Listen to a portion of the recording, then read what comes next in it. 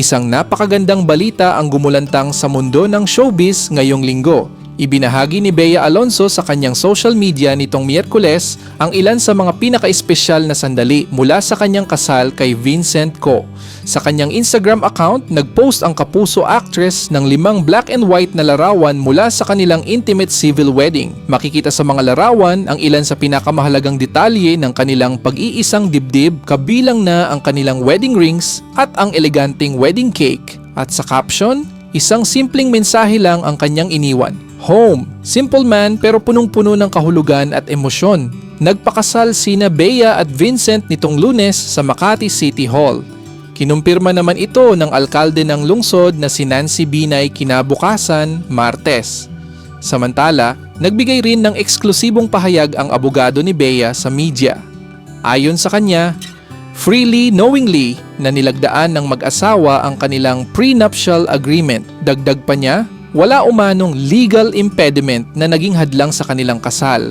Matapos ang pagpirma sa prenup, matatandaang kinumpirma ni Bea ang kanyang relasyon kay Vincent noong 2025. Noong Marso 2026 naman, isang parokya sa Maynila ang naglabas ng kanilang wedding banns, isang malinaw na senyales ng nalalapit na kasal. Gayunpaaman, nanatiling tahimik ang dalawa tungkol sa kanilang engagement. Noong Mayo, umugong ang balitang magpapakasal, umano sila sa Spain. May mga blind items pa na kumalat na nagsasabing na antala raw ang kanilang wedding ceremony. Mas lalo pang uminit ang usap-usapan ng bumiyahe patungong Spain ang malapit na kaibigan ni Bea na si Dimples Romana. Ngunit sa gitna ng lahat ng haka-haka, nakita si Vincent sa isang business event sa Pasay City noong May 14 na tila nagbigay ng kalituhan sa mga netizens kung tuloy ba talaga ang kasal sa ibang bansa.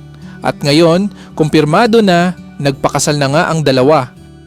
Agad naman bumuhos ng pagbati ang natanggap nila Bea at Vincent mula sa kanilang mga followers at kaibigan sa industriya. Ilan dito sila Barbie Fortesa, Ann Curtis na sinabing congratulations, dinner when we get back. Kabilang din sila Ivana Alawi, Dimples Romana, Gladys Reyes na sinabing congratulations Bea Alonzo, so happy for you, nahanap ka na ng palagi mo. Gayon din si Heart Evangelista, Ania, I'm so happy sister, so happy. At marami pang iba na ang lahat ay masayang masaya para sa bagong kasal.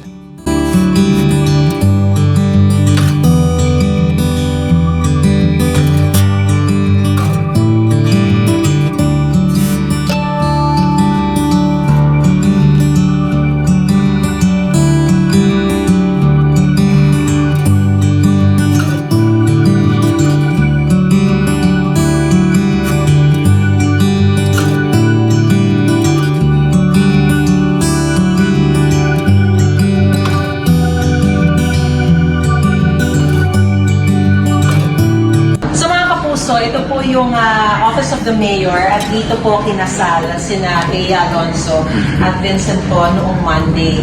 Napaka-intimate po ng kanilang wedding at makikita natin dito lamang po sa maliit na kwarto ng alkalde. Kita na po ang seremonya.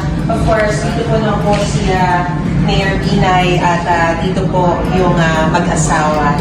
At sa isa pong punto raw ng kasal ay hindi pa dala-dala ni Bea yung kanyang bouquet habang isinasagwa yung seremonya. At naiwan lamang ito sa mesa, kaya nag-take 2 pa raw ng kanilang ceremony para sa pangalawang pagkakataon, hawak-hawak na niya yung kanyang bouquet. Congratulations Bea Alonzo and Vincent Co. Finally, they got married na sa Makati. Anong July 13 at 7 p.m. di ba? Ang naka-witness lamang ng kanilang kasal daw ay ang mga may-ari ng Secosana Bags, kung saan merong brand doon si Bea, itong ang kanyang bash bags, di ba? At wala masyadong tao. Sila lang doon sa Makati City Hall. Di ba? At yun nga, meron nga nagpa-dala sa akin ng retrato. Ay, oo nga, confirm nga, sabi ko.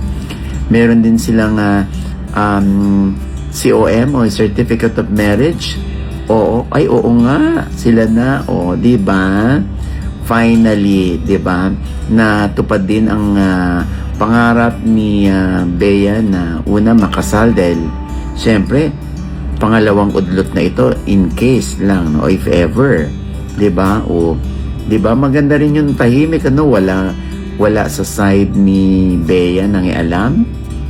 At sa side naman ni Vincent ko, syempre ilang taon na rin naman si Vincent. At and I'm sure yung mga agam-agam nila o yung mga tanong nila kung bakit hindi natuloy, eto natuloy na, no?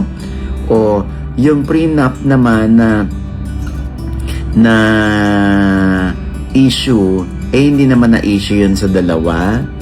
Oo, yes, merong prenup daw, ha? At nandito nga raw si Attorney Lorna Kapunan ang siyang sa side ni Bea. Pero Diyos ko, napakaliit na bagay para sa